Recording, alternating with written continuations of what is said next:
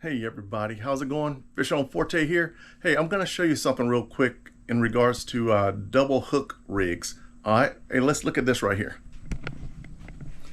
Okay, as you can see, I have double hook rigs here. We're getting ready for Wahoo season, but you can use these double hook rigs for a multitude of different fish species. Now, in order to create a double hook rig like this, what you need is two ring eye hooks, or you can use a needle eye, see that, and a ring eye, but you can't use two needle eyes together. That won't work for you. So what you have to do is you have to put this hook through the eye of that ring eye hook. Now, if your ring eye is not welded together like this one, as you can see, that ring eye is welded together.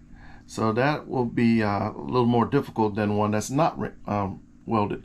The one that's not welded, all you have to do is open it up a little bit.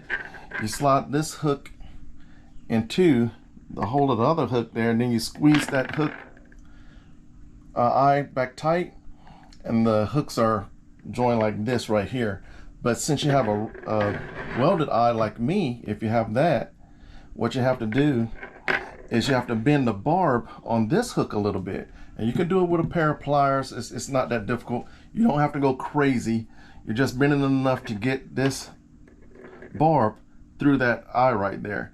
Now, once you get that barb through that eye, if you want to open that barb back up, what I do is I actually get an old hook that I have, old rusty hook, and I put that hook on the barb like that, and I just hit it with a small hammer, and it opens that barb back up. So now both of those barbs are open, so you can I guess catch fish better.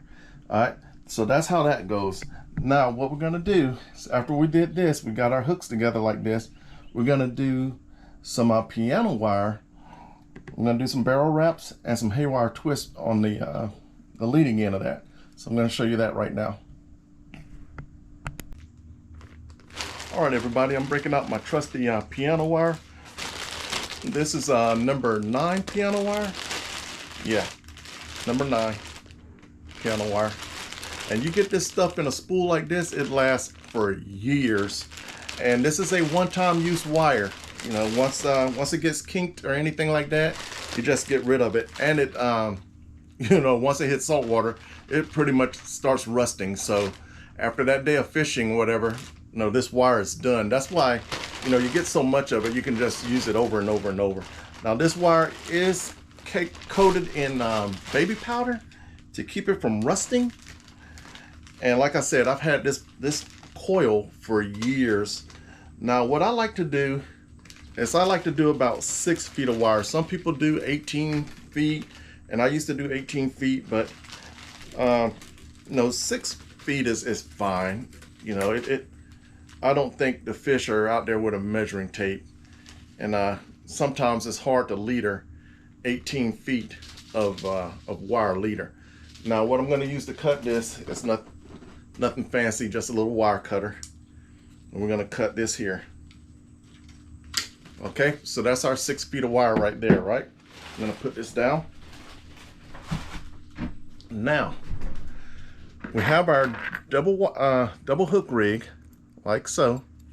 We have that, and this is the end that we're going to be putting the haywire twist and everything on. So we're going to use our trusty Dubro here. I've had this thing for eons, and it is great. It definitely speeds up the process of making haywire twist and barrel twist. So I'll turn around this way. This little nipple right there, if you will, you turn this around and it will actually bend this wire. So I'm going to put this wire in there like that, right? Just so you can see it, and you can see it bend. Okay, so that's that. So now I have that. What I'm going to do with that is put my hook on there. Okay, so I'm going to go ahead and put my hook on like so. Okay, it's kind of awkward for me doing this in reverse so you guys can see it, but this is how it goes. Now with this being like this, that's why I put this tape right here, because I noticed that when I was doing my haywire twist and whatnot, the hooks were hitting this and scratching it up a little bit. All right, so now we have that loop. We're gonna put that loop over this little thing right here, okay? Just like so, okay? Just like that. Now this slides back and forth, as you can see. And we're gonna slide this all the way forward. And as you can see, there's a V right there on that side. That V is gonna be where these two pieces of wire go, okay? Then this little tab right here is just gonna spin right across the top of that. Like so. Just like that. That's gonna hold it in place, right? So we're gonna push that forward. So that's holding it in place. And what we're gonna do is just circle around about 3 or 4 times. 1, 2, 3, and we'll say 4. Okay? So those are our barrel wraps. Now I want to do haywire twist. So what I can do now is, I forgot it's backwards. There we go. It's backwards like that.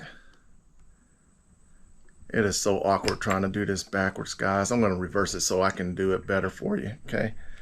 When it's facing me, it just makes it a lot easier.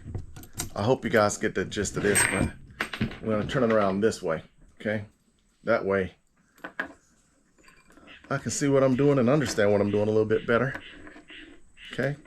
So remember, we had that V, right? So we're going to put that V, we'll turn it back this way. We're going to put that V back in those 2 little areas right there, like that. I'm going to turn this like that, just like when we were doing our haywire twist, our barrel wraps. We're going to turn it sideways like this, and then we're going to turn it like 3 times, okay? 1, 2, and 3. Okay? Now, the only issue with this one is I didn't have enough of that tag in. So you want a little bit more to tag in on there, okay? So what I'm gonna do now is I'm gonna get some pliers and bend that back and forth, because you don't want to use these snips to bend it back and forth, because you put your hand on there when this thing's going back and forth, it could cut your hand up. So we're gonna get the pliers, we're gonna rock that back and forth and break that little tip off, okay? Be right back.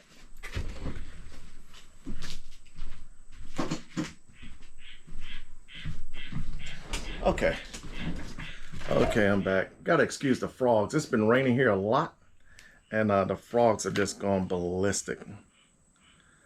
So now I got that bent up like that, and all I'm gonna do is bend that back and forth.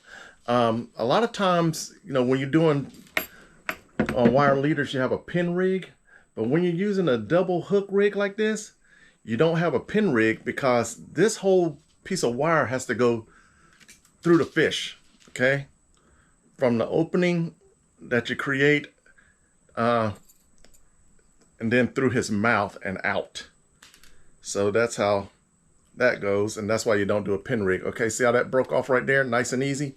So now that's good to go. No issues at all. There's my double hook rig. And if you want to see how I put that on the ballyhoo, guys, let's see, can we get 100 views? If we can get 100 views, I'll go ahead and show you how I can use this with this wire on there and put this double hook rig inside a ballyhoo. Okay? All right. Thank you guys for watching, and keep tuning in, and I hope to get out on the water soon. But right now, I'm going to close the doors to the man cave. I'm going to turn on that air conditioner because it is hot out here. Until next time, Fish on Forte, out.